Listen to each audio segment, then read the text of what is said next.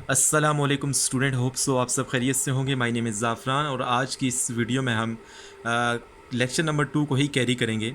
Lecture number 2 में basically हमने सब ग्रुप से रिलेटेड डिस्कशन की थी और हमने कहा था कि आपके पास कोई भी नॉन एम्प्टी सबसेट एच जो है जी का हम लेते हैं और हम अगर एच को ग्रुप प्रूव कर देते हैं तो हम कहेंगे कि जो एच है वो जी सेट का सब ग्रुप है।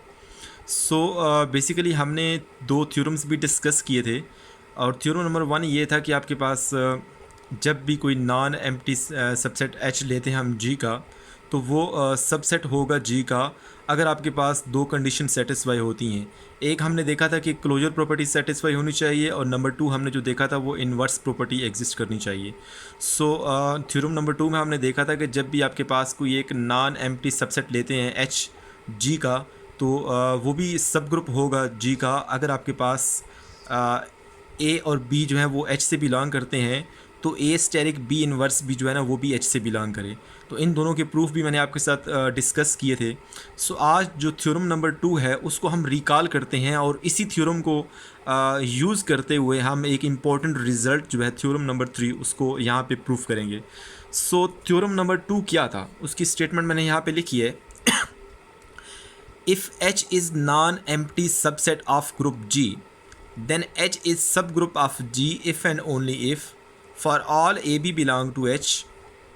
This implies that A steric B inverse आपके पास ये हमने एक बाइनरी ऑपरेशन दो एलिमेंट का बनाया है A का और B के इन्वर्स का तो भी H से बिलोंग करना चाहिए। अगर ये आपके पास रिज़ल्ट होल्ड करता है तो जो H है वो G का सब ग्रुप होगा। इसको मैंने अपने लास्ट वाली वीडियो में प्रूफ भी किया है। सो इसको आपने यहाँ पे जस्ट रिकॉल करना है और इसको यूज़ करते हुए आज हम एक नया जो प्रूफ है उसको आपके सामने रखने वाले हैं। सो थ्योरम नंबर 3 क्या है? Intersection of two subgroup of a group G forms another subgroup. आपके पास हम सपोज करते हैं कि एक ग्रुप जी है जो किसी स्टेरिक के साथ मिलके एक ग्रुप बनाता है। सो आपके पास ये जो ग्रुप जी है इसकी हम दो सब ग्रुप लेते हैं और हम कहते हैं कि उन दोनों सब ग्रुप का जो इंटरसेक्शन है वो भी हमें एक सब ग्रुप देता है। सो इस चीज़ को मैं प्रूफ करने जा रहा हूँ। सबसे पहले मैं लेट करता हूँ कि आपके पास जो सब ग्रुप जी के हैं वो कौन कौन से हैं, H1 और H2। Let H1 and H2 are two subgroup of group G. So इसका मतलब क्या है कि आपके पास जो सेट जी है वो किसी स्टेरिक बाइनरी ऑपरेशन के साथ मिल के एक ग्रुप बनाता है। As H1 and H2 are subset of G and subgroup of G subset भी हैं और सब ग्रुप ये हैं जी के। सो H1 भी जो है वो इसी बाइनरी ऑपरेशन के साथ एक ग्रुप बनाएगा, मतलब ग्रुप की सारी प्रॉपर्टीज़ को सेटिस्फाई करेगा। और जो H2 है वो भी इसी बाइनरी ऑपरेशन के साथ मिल के आपके साथ एक ग्रुप बनाएगा, मतलब ग्रुप की सारी जो कंडीशंस हैं चारों कंडीशन उनको सेटिस्फाई करेगा। सो फ्रॉम आवर सपोजिशन जो हमने सपोज किया है कि H1 और H2 जो है वो सब ग्रुप हैं जी के। जब सब ग्रुप हैं तो ग्रुप की प्रॉपर्टीज़ को भी होल्ड करेंगे। ऑफ कोर्स आपके पास जो H1 है उसमें भी आइडेंटिटी एलिमेंट होगा और जो H2 है उसमें भी आइडेंटिटी एलिमेंट होगा। E बिलोंग करता है H1 से एंड E बिलोंग करता है H2 से। तो ऑफ कोर्स क्योंकि दोनों में है तो इनके इंटरसेक्शन में भी होगा। E बिलोंग करेगा H1 इंटरसेक्शन H2 क्योंकि दोनों में है ना। तो जब इनका H1 और H2 का हम इंटरसेक्शन लेते हैं तो उसमें भी ऑफ कोर्स एग्जिस्ट करेगा identity element.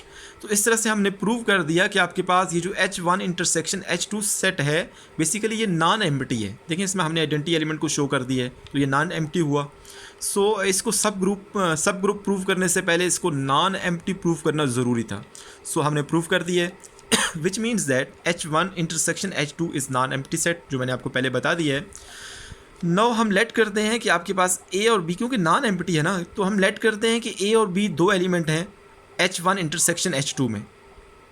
H1 intersection H2 जो सेट है उसमें हमने ए और बी कोई से भी दो एलिमेंट सपोज कर लिए हैं, इसको मैंने 1 बोल दिया है। सो इसका मतलब क्या हुआ कि ए बी जो है H1 में भी होगा और ए बी H2 में भी होगा, क्योंकि इनके इंटरसेक्शन में है ना ए बी, तो दोनों में होगा फिर तभी इंटरसेक्शन में है। सो ए बी बिलोंग करेगा H1 से और ए बी बिलोंग करेगा H2 से। सो बेसिकली अब हमने वो जो मैंने आपको बोला था रिकॉल कर लें थ्योरम नंबर 2 को, उसको यहाँ पे इम्प्लीमेंट करना है।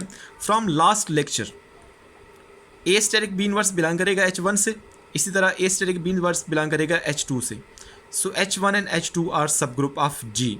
सो now going back to one, आपके पास वन क्या था?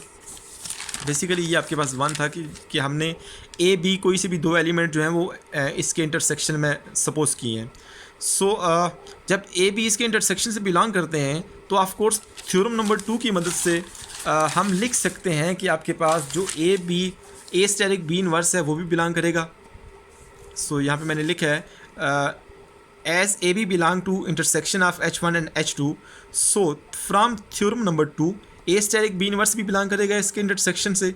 जब आपके पास ये वाली चीज़ प्रूव हो जाती है कि दो एलिमेंट जो हैं वो इसके इंटरसेक्शन वाले सेट में मौजूद हैं और उनका ये जो कम्बिनेशन है वो भी इसके इंटरसेक्शन में मौजूद है, तो इसका मतलब क्या है कि आपके पास ये जो H1 इंटरसेक्शन H2 है बेसिकली वो सब ग्रुप है।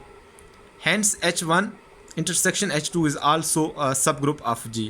सो इस तरह से हमने प्रूव कर दिया है कि सिंपली हमने क्या किया है कि सबसे पहले H1 और H2 दो सब ग्रुप लिए हैं G के, और फिर हमने H1 इंटरसेक्शन H2 जो हमारे पास सेट बनता है उसको हमने नॉन एम्प्टी शो कर दिया, उसमें हमने आइडेंटिटी एलिमेंट को शो कर दिया कि उसमें मौजूद है तो मतलब वो नॉन एम्प्टी होगा।